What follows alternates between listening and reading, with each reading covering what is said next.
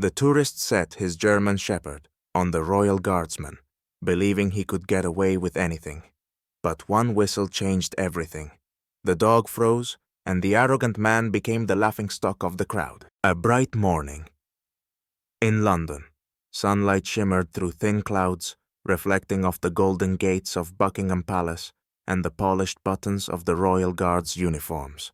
Around the palace, the usual tourist hubbub filled the air, the click of cameras, the murmur of conversations, and the calls of tour guides.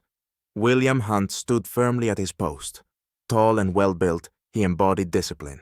The bearskin hat, his stern expression, and the flawless fit of his uniform gave him an aura of majesty.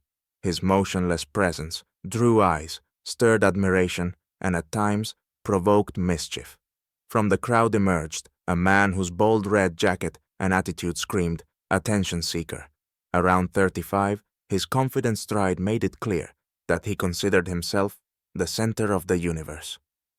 Walking closer to the guardsman, he shouted loudly, "Hey, soldier boy, give us a smile!" The crowd chuckled. William, as always, kept his composure, showing no reaction to the words.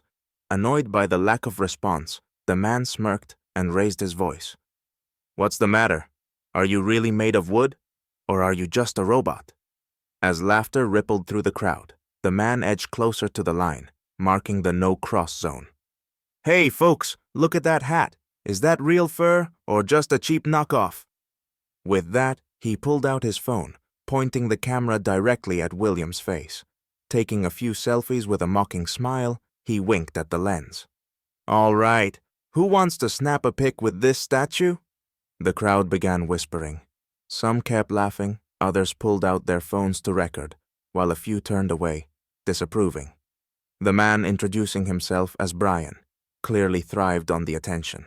Waving his hand, he drew even more people closer. "Okay, let's try something else. Maybe if I touch this fancy hat, he'll finally react."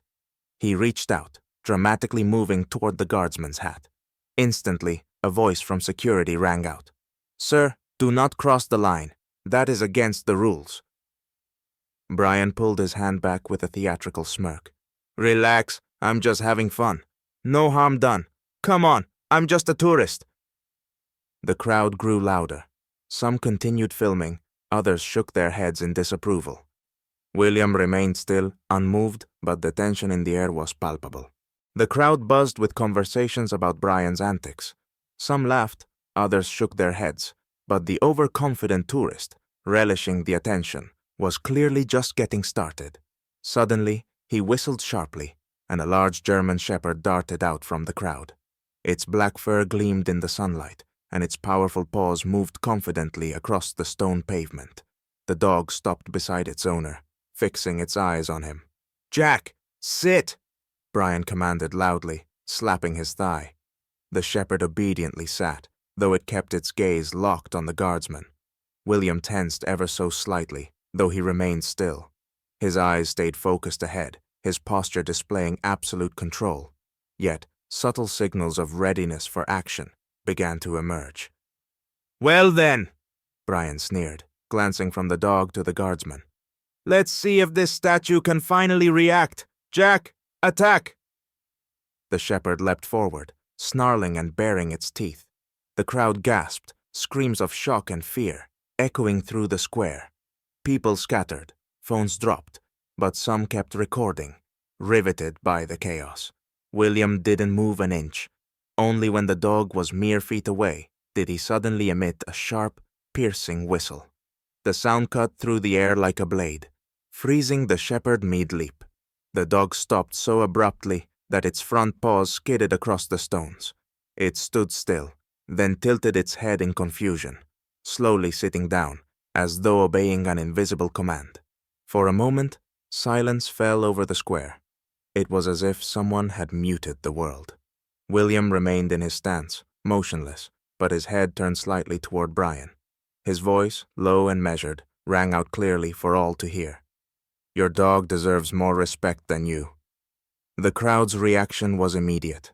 Applause erupted, laughter followed, and someone shouted, "Brilliant! Well said!" Brian froze, His smug smile vanished, replaced by a flush of embarrassment. His face turned red with anger as he looked from the calm dog to the implacable guardsman. "You think you're better than us?" he yelled, striding forward. His steps echoed loudly as he crossed the white line, marking the boundary. "This is just a costume, a silly tradition.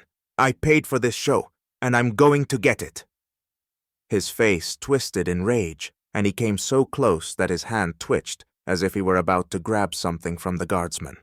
The crowd, alarmed, began shouting, "This is too much! Someone stop him!" But Brian seemed to have lost all sense of boundaries. "You're just a clown in a hat. Think you're a symbol? I could buy 10 of you for a few quid." Still, William didn't move. His silence seemed heavier than anything Brian could say. The crowd watched, breathless, as the tension reached its breaking point, everyone knowing that something was about to happen. Brian continued to rant, gesturing wildly and shouting about his tourist rights. His face, flushed with rage, was mere inches away from William's stern and impassive expression. The guardsman, as always, remained still, though the tension around him was palpable. From the opposite end of the square, a palace security officer began making his way through the crowd. Dressed in a sharp uniform, with the distinctive insignia of the Royal Guard, he walked with a calm and confident gait. Approaching Brian, he arrived just as the tourists shouted louder, "I paid for this show! Where's my entertainment? This clown isn't even trying to impress me!" The officer gently placed a firm hand on Brian's shoulder, prompting him to turn around. "Sir," he said in a calm yet commanding voice, "your actions are disrupting public order. I must ask you to stop." Brian wrenched his shoulder away, dramatically, letting out a loud snort. "Stop? Stop what? I'm just enjoying my trip. These guards are here for us tourists, or do you think I came all this way for nothing?" The square fell silent. What had moments ago been filled with laughter and chatter now bristled with tension. Every eye was fixed on the officer and Brian. Even the dog seemed to sense the shift, lowering itself hesitantly onto its paws and watching closely. The officer paused for a moment before speaking loudly and clearly. "Sir, if you continue this behavior, I will have no choice but to detain you for violating public order and threatening a secured site." The officer's words landed like a thunderclap. The crowd began whispering. Some pulled out their phones to record. "What do you think you're doing?" Brian shouted, completely losing his temper. "It's just a joke. Your traditions mean nothing. I have the right to do whatever I want." The officer remained unfazed. Slowly, he took out a radio and spoke briefly into it, without breaking eye contact with Brian. Moments later, 2 more guards appeared and began moving toward the scene. The crowd erupted into chatter. "Good, get him out of here," someone yelled. "Traditions matter. We don't need people like him," another voice added. William continued to stand motionless, observing the scene from the corner of his eye. His upright figure seemed even more majestic amid the escalating drama. "He's just standing there," someone from the crowd shouted, clearly in support of the guardsman. "That's exactly how it should be, keeping his cool, unlike that fool," came another voice from the side. The crowd's sentiment began to shift. Those who had initially laughed at Brian's antics were now rallying behind William. "Leave him alone," a woman holding a child shouted. "He's doing his job." Brian glanced back at the crowd, now far less friendly. His face went pale, and he opened his mouth to respond, but the words got caught in his throat. "Sir," the officer addressed him again, "you are under arrest." The guards escorted Brian away, with the dog obediently following alongside them. Before being led out, the German shepherd cast a final glance at William. The guardsman stood tall, majestic, and unshakable. The crowd erupted into applause. People waved to the guardsman, and some shouted words of encouragement. William, as always, didn't react, but a sense of justice hung tangibly in the air. Brian was escorted off palace grounds by security, while his German shepherd was handed over to animal control. As he was taken away, he continued to shout things like, "This is unfair, I didn't do anything." His protests were drowned out by the crowd's mockery, and condemnation. Respect other cultures. This isn't a circus.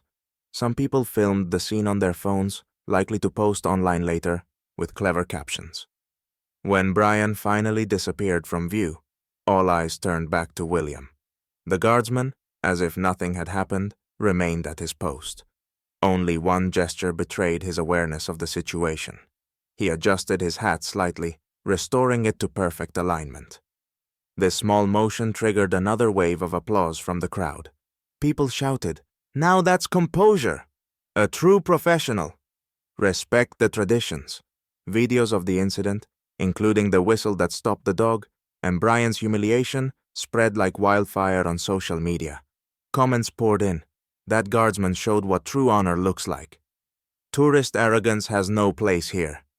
The following day, a popular page shared a photo of William, with the caption, "A symbol of dignity, tradition triumphs over insolence." As for Brian, he became a laughingstock. Clips of his outbursts and red-faced anger turned into memes, and his name became synonymous with tourist entitlement. Meanwhile, William, having broken no rules, continued to stand firm at his post. His perfect stance and impeccable demeanor reminded everyone that tradition and respect always prevail.